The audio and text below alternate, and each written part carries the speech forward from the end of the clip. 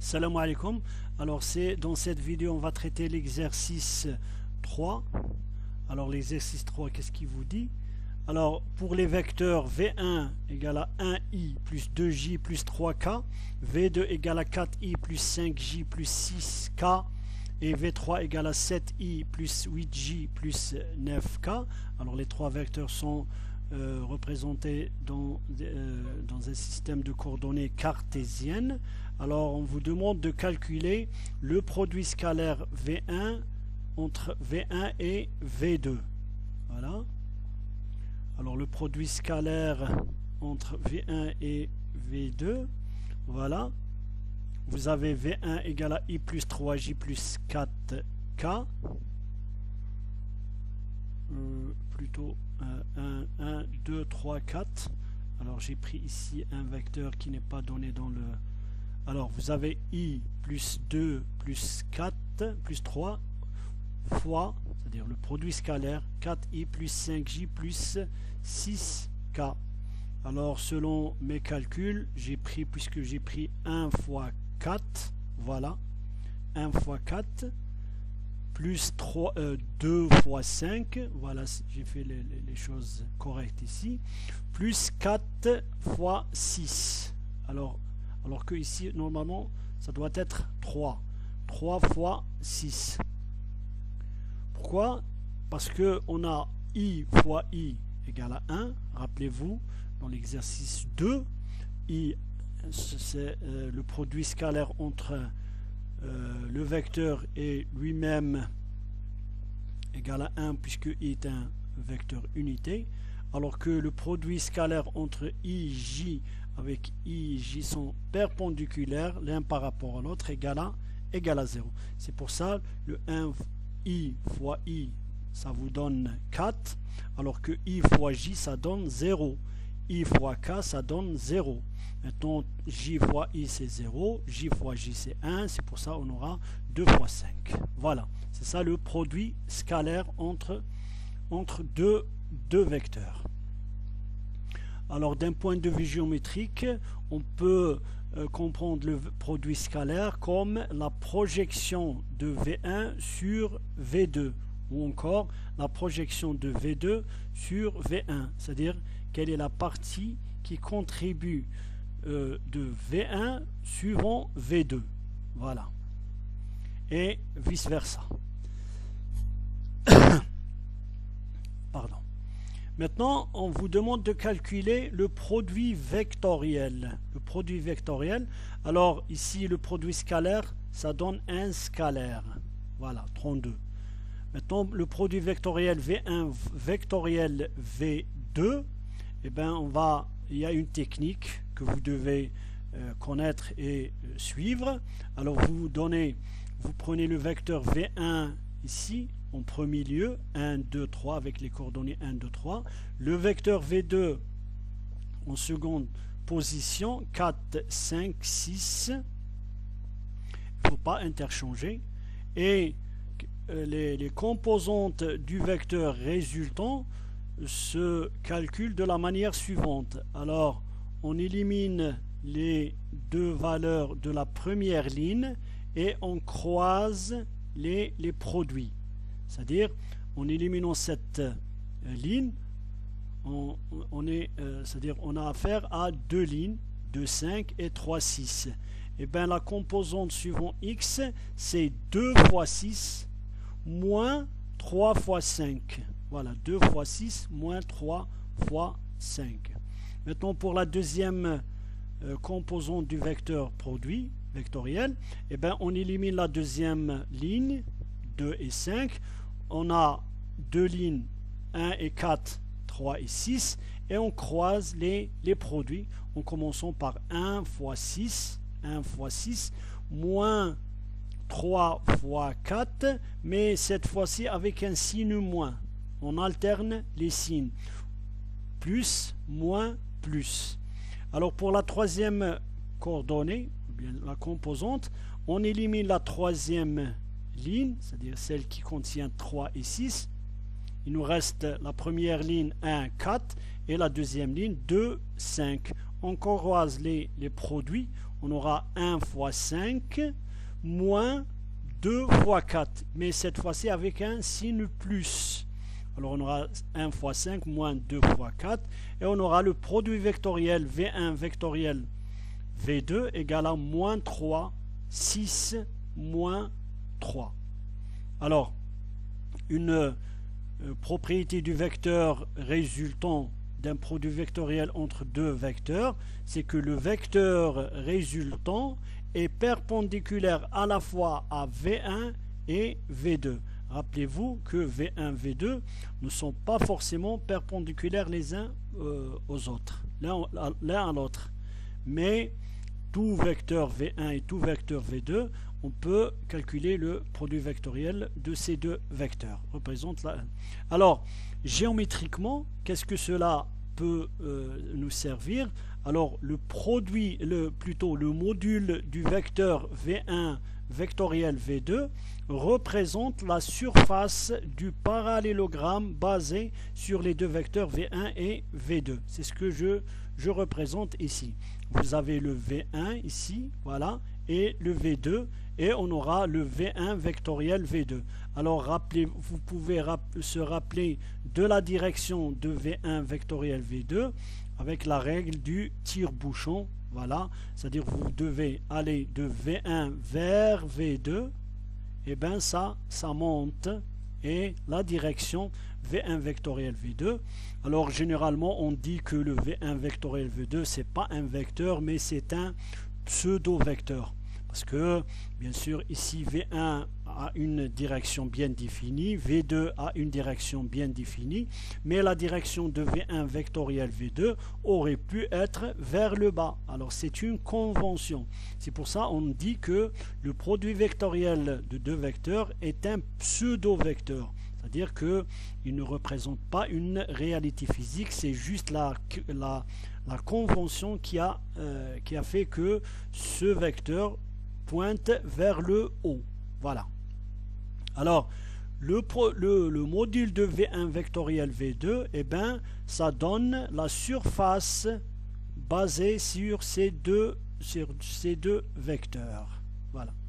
Rappelez-vous aussi que si on fait le produit vectoriel V2 vectoriel V1, eh ben, le vecteur résultant serait vers le bas. Et on dit que le produit vectoriel n'est pas associatif. Alors il faut faire attention, il faut respecter l'ordre des vecteurs. C'est-à-dire que V1 vectoriel V2 n'est pas égal à V2 vectoriel V1. Bien qu'ils représentent le même module, mais ils sont dans deux directions, deux sens plutôt différents. Voilà. Maintenant, on calcule de même V2 vectoriel V3. Alors, vous avez V2 vectoriel V3, 4, 5, 6, 7, 8, 9. Alors, je vais refaire la même technique pour que, pour que cela devienne une habitude chez vous. Alors, c'est une technique. Alors, comment faire? Alors, on élimine la première ligne, 4 et 7, et on croise les produits avec un signe plus. Voilà, 5 fois 9, moins 6 fois 8, ça donne moins 3.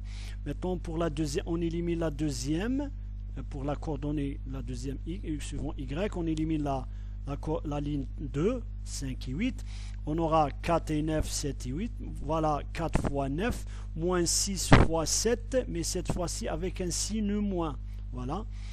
La troisième coordonnée s'obtient en éliminant la troisième ligne. Il nous reste le 4 et le 7 dans la première ligne, 5 et 8 dans la deuxième ligne. On croise les produits, 4 fois 8, moins 5 fois 7, voilà.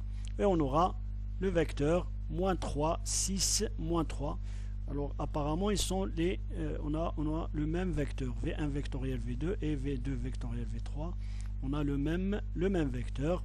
Voilà, il est perpendiculaire, ce vecteur il est perpendiculaire à V2 et à V3 en même temps. Et le module de ce vecteur représente la surface du parallélogramme basé sur V2 et V3. Maintenant, on vous demande de calculer, voilà, on vous demande de calculer le module de V1 plus V2. Voilà. Alors bien sûr, on a le vecteur V1 plus V2, c'est facile, 5, 9, 7, et le module. Alors puisque c'est une base orthonormée, il suffit de prendre la racine carrée des carrés des coordonnées. C'est-à-dire la racine carrée de 5 au carré, 25, plus 7 au carré, 49, plus 81, alors on aura la racine carrée de 155. Mais il faut faire attention, si vous avez le module de deux vecteurs qui ne sont pas écrits dans une base orthonormée, et bien il faut utiliser la relation que je vous ai déjà donnée, c'est la racine carrée du produit scalaire du vecteur entre le vecteur et lui-même. Voilà. Maintenant, on vous dit de calculer V1, le produit. On dit que c'est un produit mixte, puisque on a le produit scalaire et le produit vectoriel. Et bien, comme vous pouvez le voir, c'est un produit qui donne un scalaire, puisque c'est le produit scalaire entre un vecteur et un vecteur. Alors, V1, produit scalaire, V2, vectoriel, V3. On a déjà V2, vectoriel, V2, V3, qui est moins 3, 6, moins 3.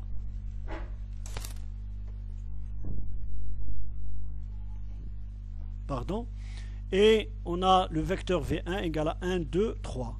Alors c'est un produit scalaire, c'est juste le 1 fois moins 3, 2 fois plus 2 fois 6, et enfin 3 fois moins 3. Voilà. On aura, si vous calculez, vous trouvez que c'est 0. Alors ce résultat, c'est un scalaire bien sûr.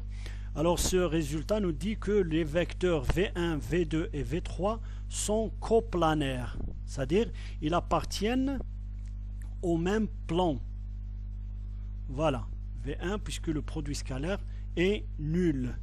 Alors, géométriquement parlant, V1, produit scalaire, V2 vectoriel, V3 représente le volume du parallélépipède basé sur les vecteurs V1, V2 et V3. Voilà, c'est ce que je viens de tracer ici. Alors vous avez le vecteur V1, le vecteur V2 et le vecteur V3. Alors le parallélépipède basé sur ces trois vecteurs, alors le volume de ce parallélépipède s'obtient par l'opération du produit scalaire de V1 avec le produit vectoriel du V2 et V3.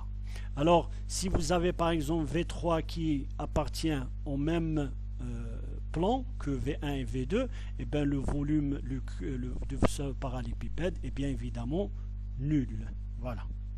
Alors, il y a juste une petite remarque, c'est que le produit vectoriel n'est pas commutatif, c'est ce que je viens de dire, c'est-à-dire que V1 vectoriel V2 n'est pas égal à V2 vectoriel à V1, mais plutôt moins V2 vectoriel V1. C'est-à-dire qu'il faut respecter l'ordre des vecteurs dans cette opération.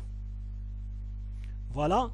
Maintenant, on vous demande de calculer V1, produit vectoriel V2, vectoriel V3. Alors, on a déjà le V1, on a déjà le V2 vectoriel V3. Maintenant, vous avez la technique pour calculer le produit vectoriel. On élimine la première ligne. 2 fois moins 3, alors c'est moins 6. Moins 18, c'est moins 24. Maintenant, on élimine la deuxième ligne.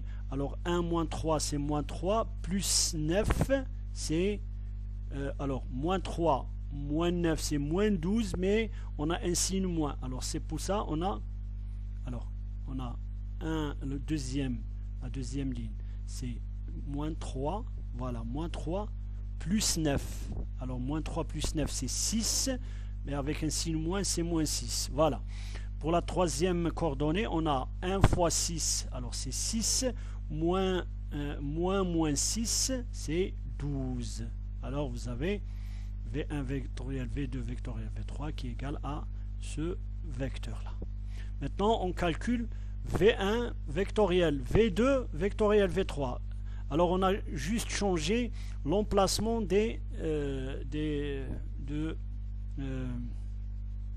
l'emplacement des crochets. Ou bien sûr, les parenthèses, entre les parenthèses. Alors, on calcule, on a déjà V1 vectoriel V2 qui est égal à moins 3 sur 6 et moins 3, et V3 égale à les coordonnées 7, 8 et 9. Et bien, si vous faites le produit vectoriel en utilisant la technique qu'on vient de citer, et bien vous trouvez un autre vecteur avec des composantes 78, 6 et moins 66. Cela veut dire que V1 vectoriel V2 vectoriel V3 n'est pas égal à V1 vectoriel, le produit vectoriel de V1 et V3. Alors, le résultat, c'est que le produit vectoriel n'est pas associatif. Merci.